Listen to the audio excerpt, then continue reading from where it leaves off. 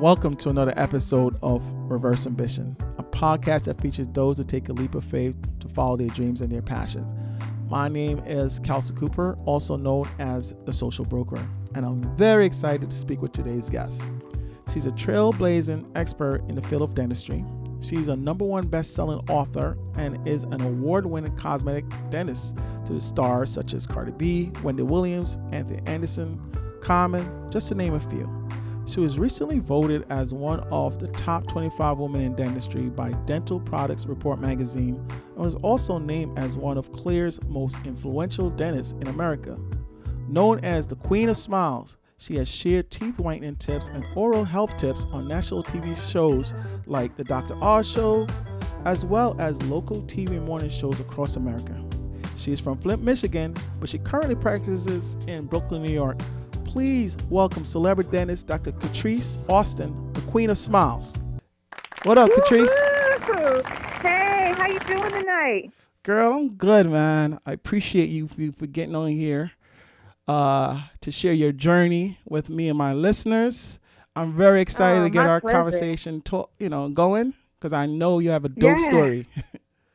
Yes. It's been a journey the last 24 years, and I'm happy to share it with you and your audience. I'm so happy that we reconnected on LinkedIn. I hadn't been seeing you out in the streets lately, so I figured, hey, LinkedIn is how we do it. Yeah, man. I slow down a little bit, but we'll talk about that later. Let's talk about you, though. Okay. My first question is usually walk me through your journey in terms of let us know where you're from, where you grew up, where you went to school, what you majored in, and how did you get to where you are today? Man, well, I am a Flint, Michigan native. I grew up there, and I attended University of Michigan undergrad during the glorious years of the Fab Five and Desmond Howard, and right when Michigan was really popping. So it was a very exciting time to be at Michigan. I majored in psychology, but I discovered that I wanted to be a dentist when I was in high school in Flint, Michigan, Flint Central stand-up. I discovered that I wanted to be a dentist when I grew up not being happy about my smile. I was actually pretty embarrassed about my teeth, all the way from elementary school all the way to high school. But what happened was when I got to high school, my mom knew how insecure I was and about my smile and how introverted I had been all my life. So when I thought I was going to get a general checkup and cleaning, she actually surprised me with the braces that I always wanted because my teeth were too long, they flared out, and I still have a little tiny gap between my two front teeth, but I had multiple gaps between my teeth. And all my life I was called Bugs Bunny and all kinds of names, which made me just feel so sad. So after I got my braces and wore them for a year, I knew after I actually personally felt the power of a smile and how it changed my life and how people looked at me at a different light, and I got my first boyfriend, joined the dance squad, was voted Your prettiest confidence was smile. up Yeah, it actually literally changed my entire life. So I was about 16 when I decided I wanted to be a dentist. So I went to University of Maryland, majored in psychology, but had my pre-dental requisites.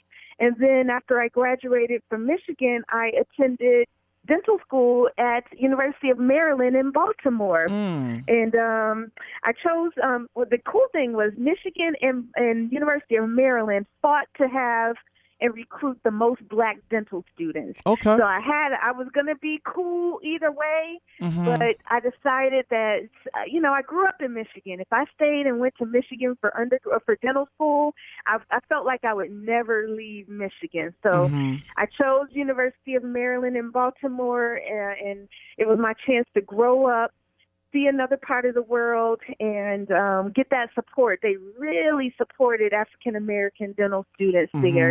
And then I was close to Howard, so I could get my little party on, get my little party on when I could. And it was the best move ever.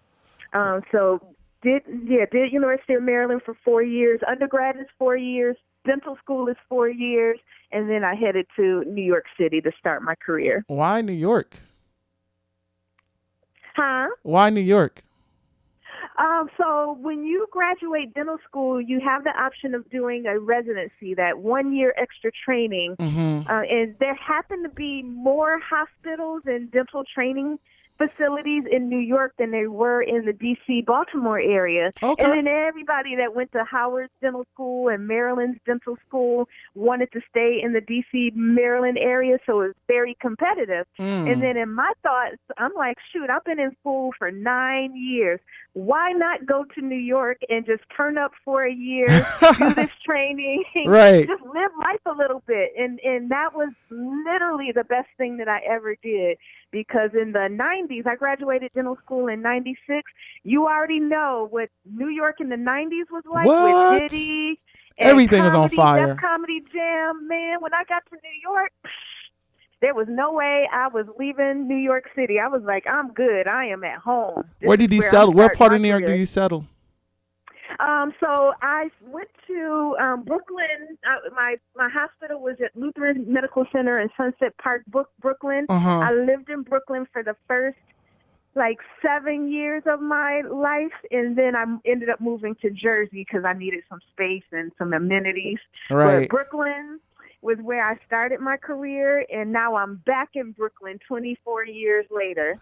Wow. So yeah. After that year of training, what did you do after that?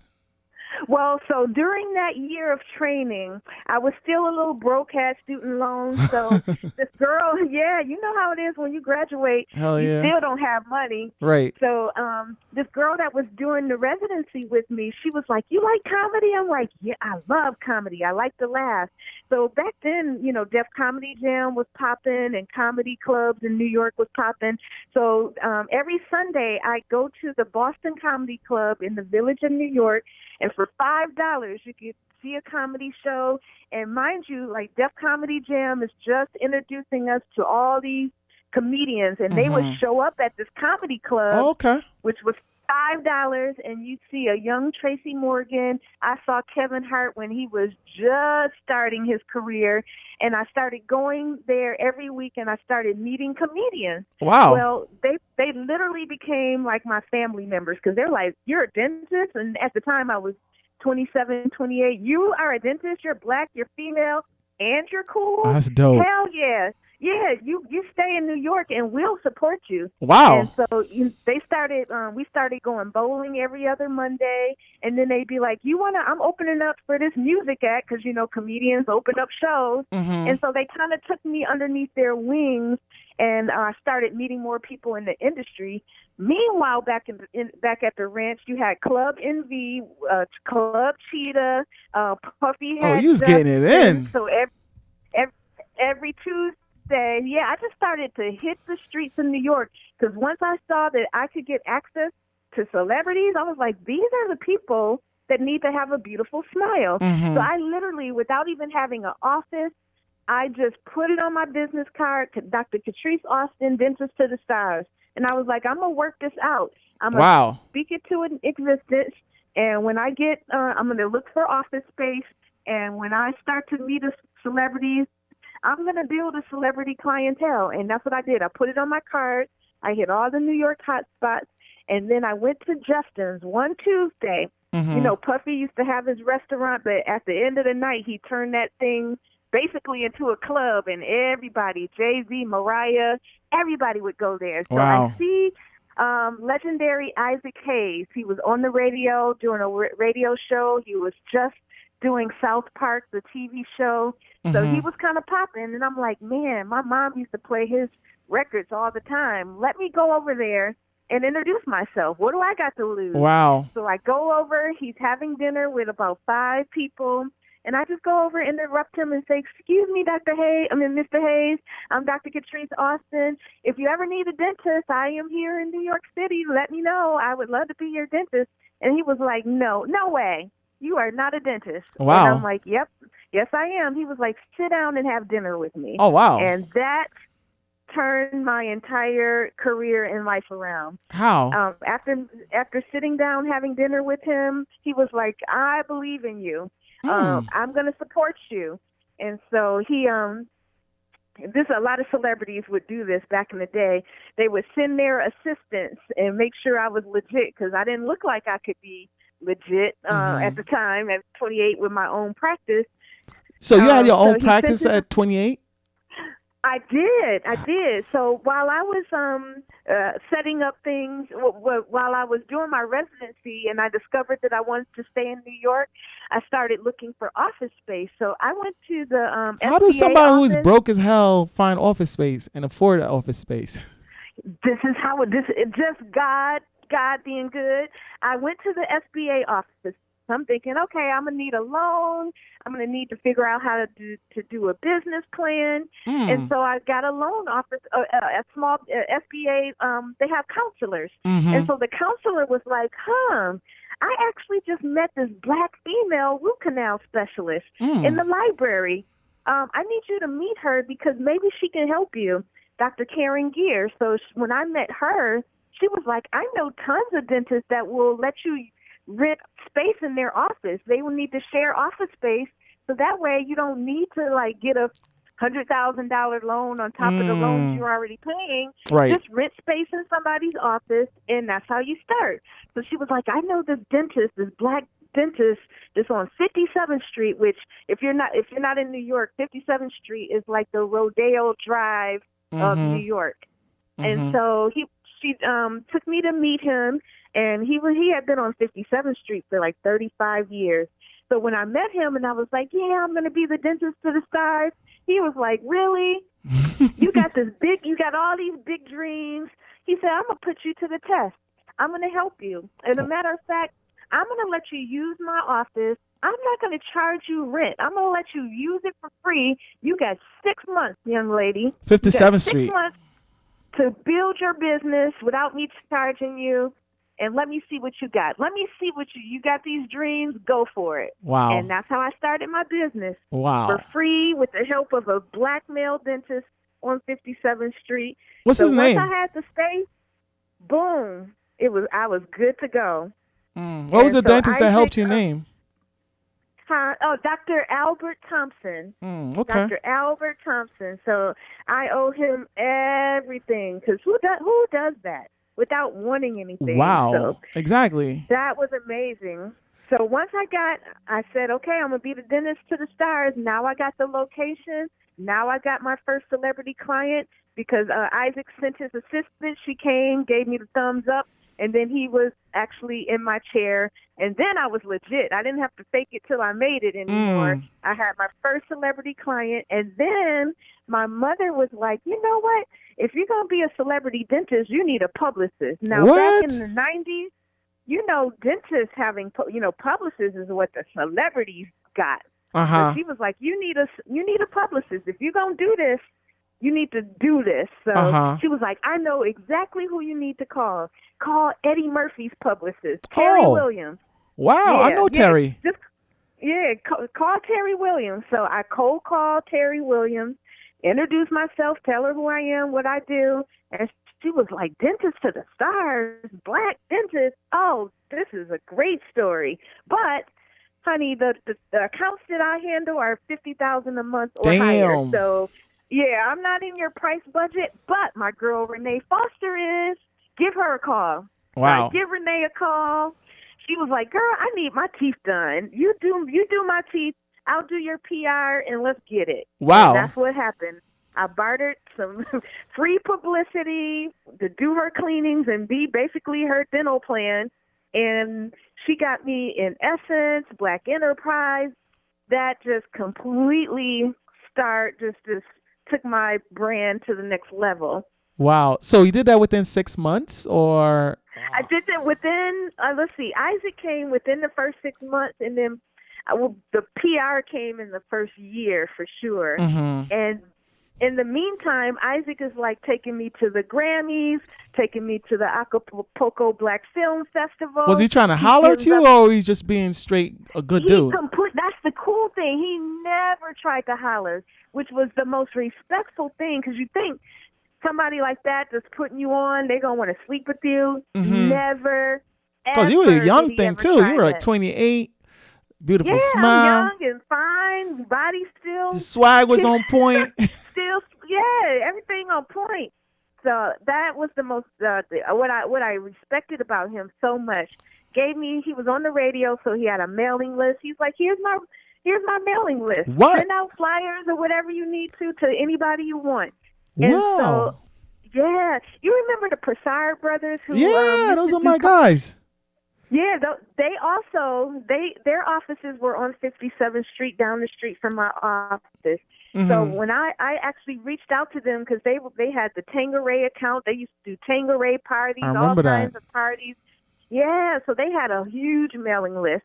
So I got this aha moment, like, let me hit up the Prasad brothers, see if they have dental insurance. Of course they don't. Mm-hmm. Now that I know that bartering works, let me see if they will barter some dentistry for their mailing list. Uh-huh. And they did it. So I became the dentist for the Prasad brothers. They gave me their mailing list. Now their mailing list had corporate accounts, all the music record labels, Right. had everybody. So Right. I did flyers to all the record labels, which happened to be on 57th Street or Broadway, all in the vicinity of my office. Was their mailing Always list segmented? Huh? Was the Prasad Brothers list segmented, or you had to do that yourself? The mailing list. Shoot, I just sent it to the whole list. It wasn't segmented. I just said whoever's on this list, they getting the flyer with my picture on it saying "This is to the stars." And I sent out those postcards and with the picture on it. People were amazed because still in New York, people think there's not a lot of black dentists in New York. So back in the 90s, they're like, there is a black dentist on 57th Street that's young, female, and she do celebrities. Mm-hmm. Child, my business just took off from there. Wow. Where you got all that energy from? What drove you to just hit the ground running? Like, I always had I think hustlers are born. You're either born a hustler or you're so tired of being broke and poor. Which one was it? You were born a hustler, or were you just tired of being broke? I think that I was born. I think that I was. You know what? I'm going to say I was born a hustler because one of the stories that I tell is in terms of meeting celebrities. My mom was 17 when she had me, so she was a young mother. And back in the 70s, she used to take me to she was one of those mothers like, you ain't staying with your grandmother. Wherever I go, you going. So I was fortunate enough to go to all those funkadelic concerts, everywhere she went, I went. So that's where my love for entertainment and music came from because she took me to all of those concerts. So I remember back in the 80s when the first hip-hop concert called the Fresh Fest came around. Well, first of all, This was in Michigan? Huh? That was in Michigan? Repeat that one more time. The first hip-hop festival, was it? It was called the Fresh Fest. It was Run DMC, LL Cool J, the Fat Boys, Houdini, UTFO, and is there somebody I'm missing? That was pretty much the highlight of that first hip hop tour. Now, when Run DMC came out with "It's Like That," their first single, they came to Flint, Michigan, and I was like, "Run DMC coming to Flint, Michigan? Oh man, I'm gonna write them a fan letter, wow, and let them know how I feel. I'm gonna go to the concert, which was at a roller skating rink. I'm going to go to this roller skating rink, give them my fan letter, and let them know how much I love them." And I did that. I wrote a long letter, how much I love them, and I slipped it under their dressing room door. A young Russell Simmons came out and was like, "Who wrote this letter?" And I'm like, "Me." He was like, "You want to meet? You want to meet the guys?" I'm like, "Yeah." So he brought me back to the dressing room, and I met my first celebrities, Run DMC. I still got the pictures. Wow. Had a good time. And Russell Simmons, here's the thing. Russell Simmons, which nobody knew him at the time as the Russell that we know him as. He was an unknown manager of this group. So he gives me his business card and was like, "Keep in touch." And I held on to the business card. Like 2 months later, they're on tour on this Fresh Fest. My mom takes me to the concert. I'm by the backstage area, and I'm like, Ma, hold up 1 second. I'm about to go backstage and hook up with Russell. Wow. Hook up with Russell, okay? So I take this business card. I'm literally like 12 years old. Take this business card that he gave me, take it to the bouncer that's guarding the backstage, and I'm like, hi, I'm Catrice. I'm a friend of Russell's. He sees this business card with Russell Simmons. Oh, you know Russell? Come on backstage. So I'm like, man, this works. So I got backstage at the first hip-hop concert ever, and I got a chance to reconnect with Russell and Run DMC. So I say all that to say is I think that, because that was hustle mentality. What made me think At 12 years that old business card and go to this hip-hop concert and get backstage to reconnect with my friend Russell Simmons. So I think that hustle mentality I think I was born with it. Also, you had a lot of confidence. Where did you get that confidence from? Confidence, yeah. I don't, that is I think confidence is something that you are born with or you work on to get. And I think after by that time, I actually didn't have my teeth fixed. So I, for some reason, I dug deep. I think that was the fan part of me, that I was so in love with the music that I was like, whatever. I'm trying to be here and network with my favorite rap artists, because I'm in Michigan. I ain't in New York. The only hip hop that I see is on MTV. Right. So I think that was the fan speaking, and I think that was the fan in me that said, "There's Isaac Hayes." Like my mother used to play his records. Like, he's a legend. I don't know about any of these other people in here, but that's a legend right there. And so it took me an hour to get the guts to go over to interrupt his dinner, because that's quite rude. How did you talk yourself into? How did you talk yourself up to go do it? Repeat that one more time. How did you talk yourself up to go introduce yourself to Isaac Hayes? It literally it took me an hour, but at the end of the day, I'm like, I may never see him again, ever. You don't know. I'm lucky to see him right now, but this might be my only. Did you have a couple of drinks before? Did you have a couple of drinks before, or you just chill? Probably, knowing me, if I'm in true Dr. Austin turn up style, I probably had a little something. It took me a little while to get the courage to do it. But I'm like, you only have one shot to do it, and look what happened. Right. So my message to everybody is, don't, when you see somebody that you have an opportunity, take it. The answer might be no. It might be yes. You never know, but don't count yourself out. And look what happened. Right. Look what happened. So Isaac Hayes was your first celebrity client.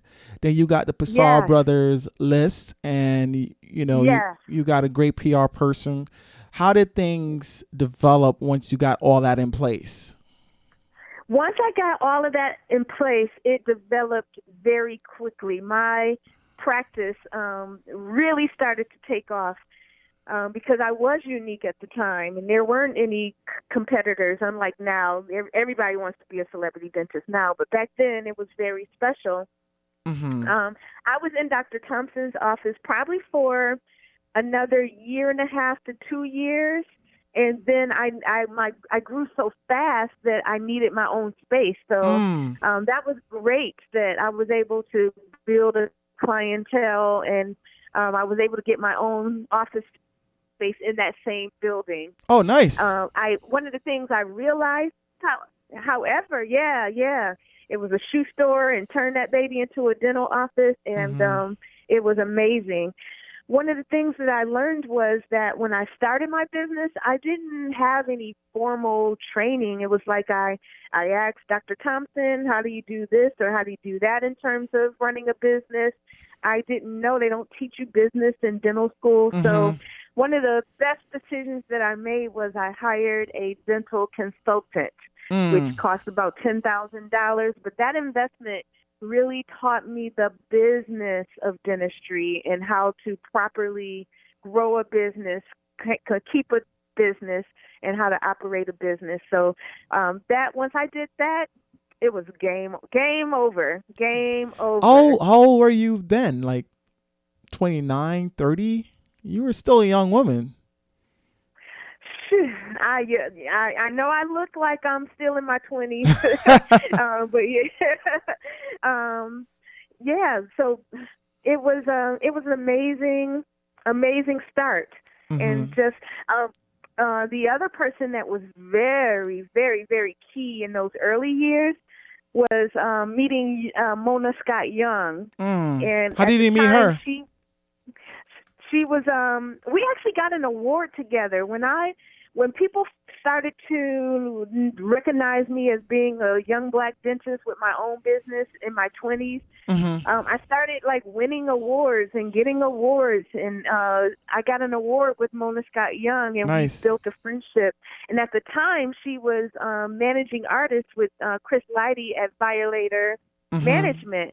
And Violator had Missy, had Puffy, had 50, had LL, and a whole bunch of people on their roster.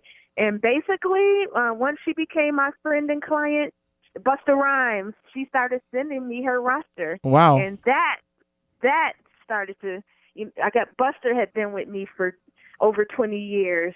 Missy came.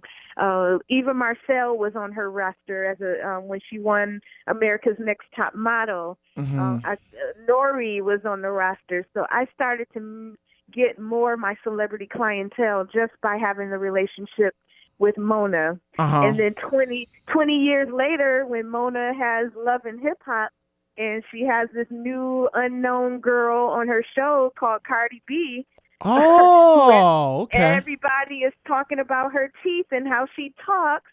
I get a phone call 20 years later from Mona like, girl, Cardi wants her teeth done and I want you to do it. And just amazing how a relationship, a business relationship and friendship, and just nurturing those relationships, you just never know what it will do for your life. And that's how I got Cardi, one of the biggest clients in my life. Wow. Did you have staff, or are you just a one woman show? I am currently, I sold that business that I built from scratch in 1998. I sold the business in 2017 when my lease was up.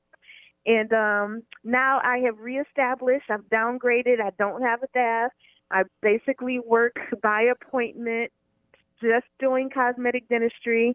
From working with Cardi and doing her smile makeover, I've had lots of interest from people all over the world who want their teeth whitening and their veneers done. So that's all I do now. No more fillings, cavities, cleanings, all the general dentistry I don't do anymore. Wow. And so now I'm downsized, but yet still just zeroed in into what I love to do, which is the cosmetic dentistry, and making everybody, not just the stars, feel confident and feel the power of a smile. And I can really relate to the people because I know how it felt growing up, not feeling confident about your smile. So as a cosmetic dentist, I understand and feel their pain, and I'm very gratified when I can change somebody's smile in a week and just give them a whole new aspect of their lives and help them feel confident and conquer the world with their smiles. So you seem to you pivoted. You stopped from being like a general dentist. Yeah. What made you do that? Yeah, it was really, well, when my lease was up on 57th Street, I had the choice. Do I sign another 10-year lease and continue to do what I've always been doing?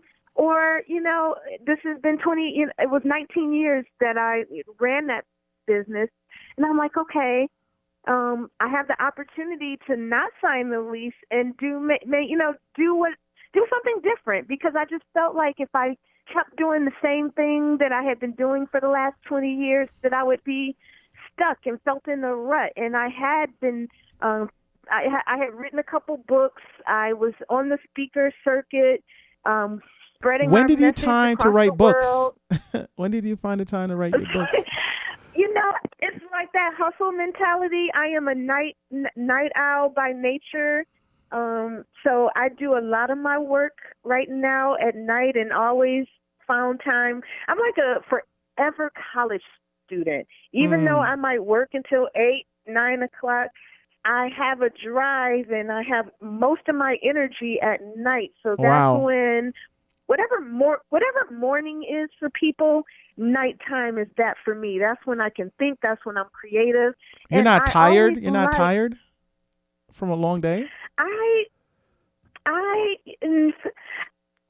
discovered that I can live, and it might not be if any psychologist or person that counsels would tell you sleep is really, really important. Now, I probably should do a little bit better, but I can manage up of 4 hours, 5 hours of sleep, and I'm good. So, yeah, I could go to bed at 2, 3, 4 o'clock in the morning. I'm not a morning person, so my office hours never. I'm not that open up at 7, 8, 9. Nope. I will see y'all at 11, and I'll go to 8 or 9. I'm the night crew. I'm the second shift.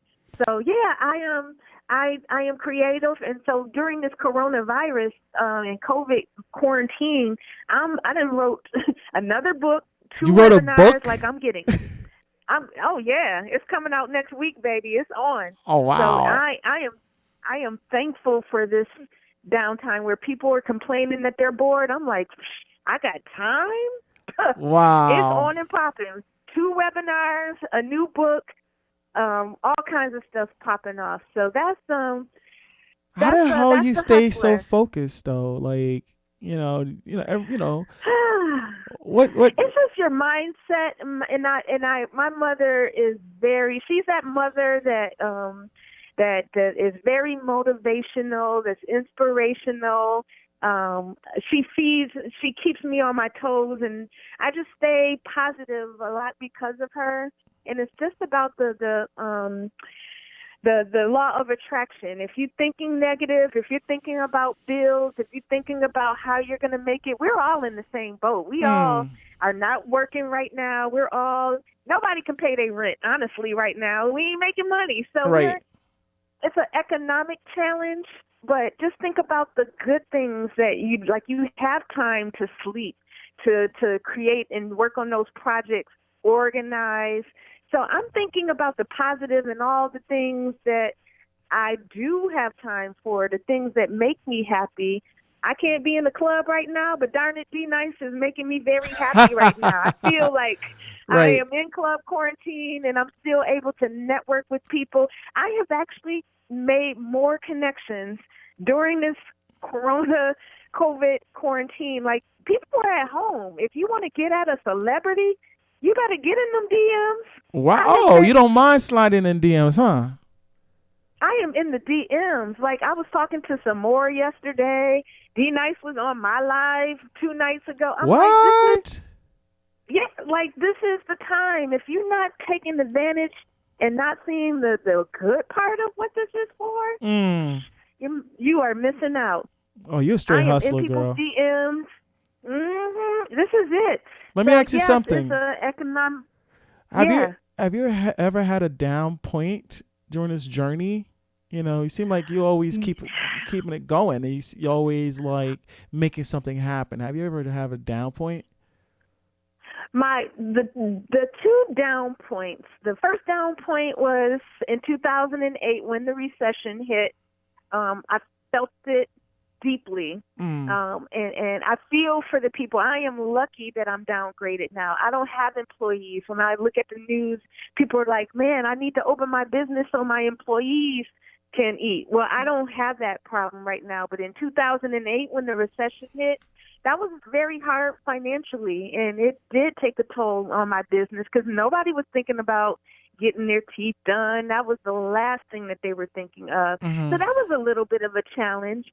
And then the second challenge was when I did decide in 2017 to sell my business. I did sell it to what's happening in dentistry is all these major corporate dental chains are buying up the little man. So it's the same thing that happened with pharmacies. All the little mom and pop pharmacies got bought out by CVS and Walgreens and the big chains. Well, that's what's happening with dentistry. And I sold my practice that I put my blood, sweat, and tears in to one of these dental chains. And they said everything, the right things. Oh, we're going to take care of you. You can just do and be who you want to be and keep doing your cosmetic dentistry. And you could go home at the end of the night. We'll take care of the paperwork. We'll do all the marketing. We're going to do billboards and train subway ads. We're going to blow this thing out of the water, because they were mainly located in Queens and Long Island. So my office on 57th Street was going to be their big introduction to Manhattan and really build their brand on 57th Street. And trust, they wouldn't have been able, what I learned is they wouldn't have been able to get on 57th Street without having somebody with a lease. Like, my lease was crazy. The rent, even though it was actually my block was called Billionaires Row. So to get on my block would have cost you a lot of money, but because I had this locked-in lease, they really bought me because of the lease. They didn't really want the business, but me being like anxious to get this responsibility off my hands so that I could continue to build my personal brand.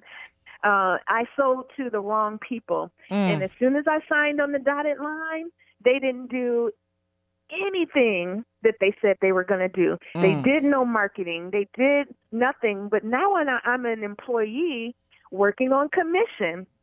Well, this is right after I popped off with Cardi. Before I sold, I'm getting 100, 120 new patients per month. I'm rocking. Right. When I sell, the next month, we're down to 10 new patients per month. Now, I'm working off commission. All the staff members are getting a hourly rate. I'm on commission. So my livelihood depended on us having patients and me doing the smile makeovers that I had been doing.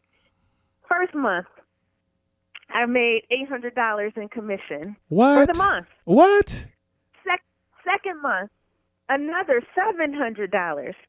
Third month, I get that final $800 check, and I'm complaining. I'm like, yo, guys, I'm used to making money. What are we doing here? They're like, we working on it. I'm like, well, y'all not working on it? This is my brand. Let me tell y'all what I was doing to keep this. Let me tell you how I was getting 100 new patients per month, but they weren't interested in that. So by the third month, I'm like, you know what? Screw this. I took all my belongings, packed up, wrote a letter saying I quit, and I was out. Damn. Y'all want to run this business? you know, it's like watching. That was my baby. I know. How was it? blood, How did you feel? How was it walking away from that?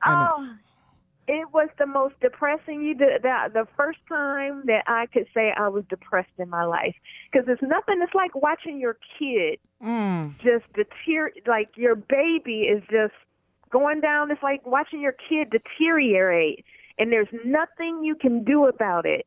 Right. And everybody else is happy because they're getting their regular paycheck and benefits, health insurance. I wasn't getting any of that stuff, so they feel secure. And I'm like screaming, like, but what about me, the person that built this brand? Right. And they didn't care. So are they still around? I walked out. Are they still? Say that one more time. Are they still around? They still there. They got the money. They got the money to. I don't know how they're doing, but they're still there. So that's why I had to walk away. And I actually lost hundreds of thousands of dollars because when I sold, they didn't give me all the money up front. I was supposed to work for 3 years. So What? I was supposed to get a little bit at a time. I got some money. And so for them, they were like, well, we gave you X amount of dollars. You good. Why are you complaining about your little measly paychecks? We gave you, X amount of dollars. So what, you're not making money? You got money. We gave you money. And Right. I'm like, how you gonna count my money? Like, that was supposed to be for my retirement. Right. Huh, baby? Like, how you gonna tell me I gotta live off this money that you gave me? Don't count my money. I need to make a regular paycheck. Right. And so I had to break that contract, lost so much money. But I had to walk away was for my sanity. I'm like, God is going to put this money in my pocket somehow, some way. I got to have faith. But this right here, I'm not going to sit for another 3 years and watch my baby go down the drain. I'm not going to. I can't. Did your staff? How did the staff? The staff was good though. Say that one more time. The staff, just your staff. I think they're good. When I walked away, because what I realized is my staff actually kind of teamed up with the new staff, the people that they brought in, and it was more about, we got to follow their rules. We work for them now. So where you thought that there would be loyalty, that they would like look out for me or voice things that weren't going right, they were like, I'm not rocking the boat. I got full health and retirement plans. They're not good. Dr. Austin on her own. Oh, well, that's her problem. Wow. So when I walked away, I left, patients. I can't see any of the old patients from that office because of legal reasons. I walked away from staff, and I literally had to start all over. So when you talk about down, I gained mad weight, eating, drinking, damn, thinking it was very, very hard to just walk away from the business that you put your blood, sweat, and tears in. But I figured it out. I started a product line, so now I have my own teeth whitening products. I decided that I was going to actually bought a building in Flint, Michigan. And just said, you know what, I'm going to start a business back in Michigan. They need to have pretty smiles in the Midwest, too. So for those who don't want to fly to New York, come to the Michigan office. My mom is there. She helped me run the business when I was owning the business on 57th Street. So we basically just actually expanded and started a practice in the Midwest in Flint. And I found a space in Brooklyn far enough legally that I could still work in New York without breaking my legal contract. So I'm in Bay Ridge, Brooklyn. I feel bad and sorry for the old patients that I've had for 20 years, but I can't see any of those. Wow. And it was a fresh start. But fresh start, including your celebrity clients? So I got, in the contract, I got to list like 5 people that I could see upon leaving. And so, of course, I put my Cardi, put my DJ Khaled, and my mama, and a couple other key people that I wanted to be able to take with me. But other than that, I had to start all over. Do you regret selling? I don't. In the beginning, I had doubts, but in retrospect, the way my life is now, I've been able to design it exactly how I envisioned it. And so I'm actually monetarily, I'm at the same level as when I sold, but not the responsibility, all the staffing and the payroll taxes, all that stuff is gone. And then I was able to expand on my speaking business, my product line, because I had been a spokesperson for every brand, Colgate, Crest, Sensodyne. I'm like, why am I promoting these brands when I can have my own? So figured that out, and now I promote my products. Yeah. And now I've just spoken in Australia, New Zealand. I'm able to share my message and inspire people all over the world. And wow. So what are the lessons from that experience? What are the lessons you took away from that experience? The lessons would be, be true to yourself. I could have stayed and got to the end of that contract, but when your spirit doesn't align with what you're doing, and there's a lot of people who are out of work right now, this might be the wake-up call for you to reset. You hated your job, then damn it, walk away from, get your plan B going. There is a life that's designed for you. And I just realized that I had a bigger calling. I think I was meant to do what I did for the time that I did it. There are no mistakes in this world. Everything happens for a reason. And I have now discovered that I've come into my purpose to not only just localize my message to the people that I was seeing in New York, but take this thing globally. The lesson number 2, the one thing that I really did right is I trademarked my business name, trademarked my logo. So no matter what happened, I sold to the Smilist. I Mm-hmm. still have VIP Smiles, my domain name, my business brand. People knew me. They didn't know me because of the Smilist. They knew VIP Smiles. And because I had trademarked that and I trademarked my name, which is the Queen of Smiles. Oh, wow. You trademarked that. Yeah. Oh, yeah. Nice. Trademarking is the way that you protect your brand. And boy, did that save me, because I could reopen under VIP Smiles and there's nothing they can say or do it about it. Sorry. Right. So those were two of the lessons. And just don't be in a job. If you're not happy, if you're not happy at the thing that you love, I hated going to it was a point I hated going to my your office. own Hated office. it. Wow. I hated it. I didn't want to go. Wow. And so now I am happy as ever, and I've embraced technology. When I started all over, I was like, I'm going to do some teledentistry. I'm going to learn how to do these consults. I don't have to go into the office and see people to tell them how much their smile makeover is going to be.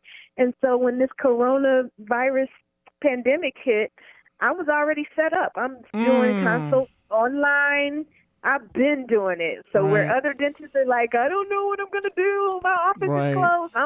I'm still doing the same. I'm doing meetings. I'm booked. It seemed like, God, destiny was like setting you up for this very moment. Even though it seemed like an L, it seemed like you took an L, but it actually was a setup for greater things. It was.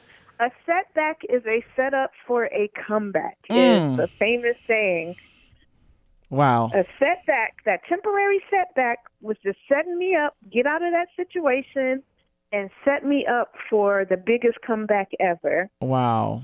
And that you're doing right now, taking advantage of this environment, which a lot of people is hurting. I'm doing consults all day, every day, selling products. I was out today. You saw me in Times Square. I was going to the post office because people are ordering teeth whitening products. I got to mail it out. Wow. I'm sitting here making residual money as I speak, and it's a great feeling that I'm not married to going to the office. Wow. So with all this stuff, hustling and doing your dentistry, building the practice, building your brand, how is the work-life balance, in terms of, did you have any downtime? I am one. I know they say don't mix business with pleasure, but I always do it. I'm always traveling. Even like I just spoke in New Zealand and Australia, I'm going to take my time out and explore the culture and visit and learn new things. And that's what I do. So I still love comedy. So I get out, go to comedy clubs. I'm in the dance club. I'm actually still going to the dance club, still enjoying myself. Wow. So yeah, I am, I have no problem balancing. I am enjoying this quarantine because I'm back. I love cooking, one of my passions. But when you're busy, you're in New York, you kind of make the excuse, I don't have time to cook. I'm going to eat out. I'm going to go out to dinner. I'm going to order in, Seamless, all of that stuff. But now I'm actually back to cooking, and that's very therapeutic for me. And I have no problem balancing life, and I grew up as an only child till I was 15. So I have no problem. I have an only child. I'm an extrovert, but I have an only child mentality as well. So I can be by myself. And this has been probably the best break that I've ever had, where other people are kind of sweating it. I'm like, Jesus, in my whole 24-year career, I have never had more than a 2-week vacation. Never. Maybe a week and a half.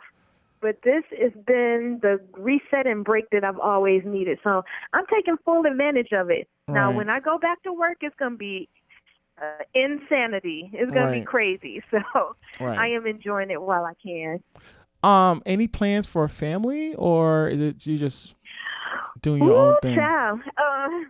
I am at that point, and that's the other thing. I am not married.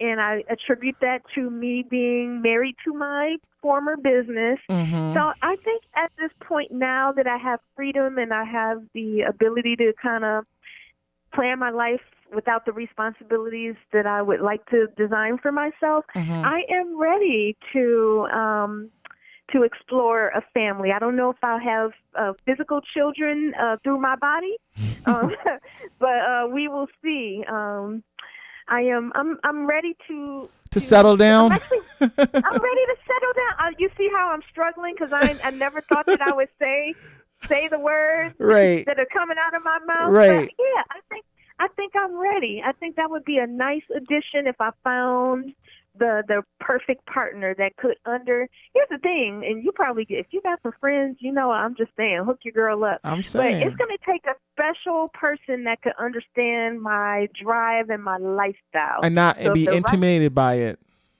Yeah. So if I find the right person, it's on and popping. I would love to have a life partner. Nice. I'm turning a milestone birthday on Saturday. Oh, happy birthday. Saturday. Yeah, so I'm like, how do I want to live the next phase of my life? And I think that is going to be a part of it. So what, part 2, part 3 phase? Part 2, phase 2, the second half. Wow. Act 2. Wow. And action. First half was amazing. I can't imagine what the second half is going to look like. Yeah, so I say, if I meet somebody now, we still got hopefully another 30 years. So hopefully I got another 30 years on God this willing, earth. That's a long time to be with somebody married and have a nice little family. Mm-hmm. Maybe he'll have some kids and I'll be a stepmom. Right. Who knows? Right. So right. I'm excited for the future. I would like a family. I'm redefining who my friends and who my network is. That's also important. Redefining. What does that mean? Like, are you getting rid of old friends and bringing in new? I have, during this quarantine, I have actually reconnected with some very good friends. So that's good. And I have also discovered who don't give a rat's butt about me.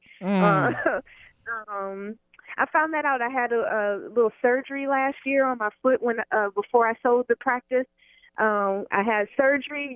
When you're down and out, you find out who's on your team, and when you're going through transition, you find out who's on your team. And so I've made my little list of people who are really on Team Austin, and I'm riding hard on it, and then just open to new relationships. I mean, it's amazing. It's like you still have that energy as that young girl that just left Maryland and hit New York. I'm like, how do you sustain? How do you sustain that? Like, it's amazing. It's in me. My sister is 35, and she cannot keep up with you. I will wear her little butt out. She can't hang with the girl. Wow. Mm-hmm. Wow. So yeah, I am. It's an innate energy that I have. I'm glad that I have it. I hope that I keep it until I'm 70, 80, 90 years old. I hope to maintain the same energy. So. Well, listen, just talking to you make me understand why. Every time I see you, always in the right place at the right time, the dopest energy around amazing people. And they always like, oh, that's my homegirl, Dr. Austin. Everyone knew you. So now I understand, it's, that energy of yours is contagious, and thank you so much.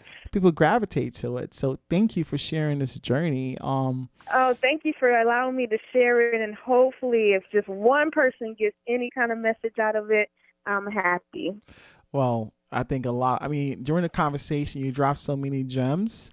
So I hope everyone listen intently to your story, because I'm not going to ask you like any messages, anything, any advice you want to give, people who wants to be an entrepreneur, who meets adversity, because I think you shared that in your conversation, Yeah. So thank you for sharing it, and thank you for being so open and so honest with your I story. know. I was transparent. Oh my God. Yeah, you There's are. no shame. Listen, the most successful people, from Jay-Z, Serena Williams, anybody that you see as successful has gone through some trials and tribulations, have been told no, may have lost money, during the course of their career. And it's just a part of life. It's how you bounce back and what you learn during the journey that makes you a better person and helps you to win later on. So I Listen, look at the smilest now and I'm like, your loss, boo. right, You had right, the right. queen of smiles right in your faces, but now, bye, boo. Wow. See you at the top. Wow. Listen, you know what you need to sell? That energy. You bottle that joint up and you sell Ooh, and child. pull it on the market. Oh my God. There's so many people who love to have that. You'll buy some? Oh, shoot, I Buy a need some. I got little a couple of things I want to accomplish. I got to conquer some the world and ideas that I have. I need your energy, honestly. Well, you got my number whenever you need to chat it up or run some stuff or need a little motivation. You got me. Well, I appreciate you, girl, and thank you so much for sharing your story again. I can't wait to share this My pleasure. with my listeners.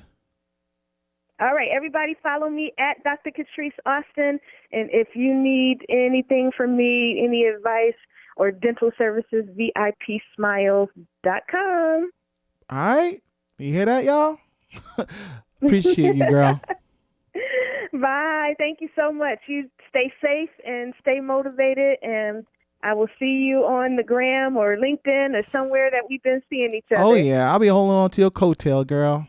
Okay. Trying to keep up. All right. Take care. All right. Take care, girl. Bye. Bye-bye.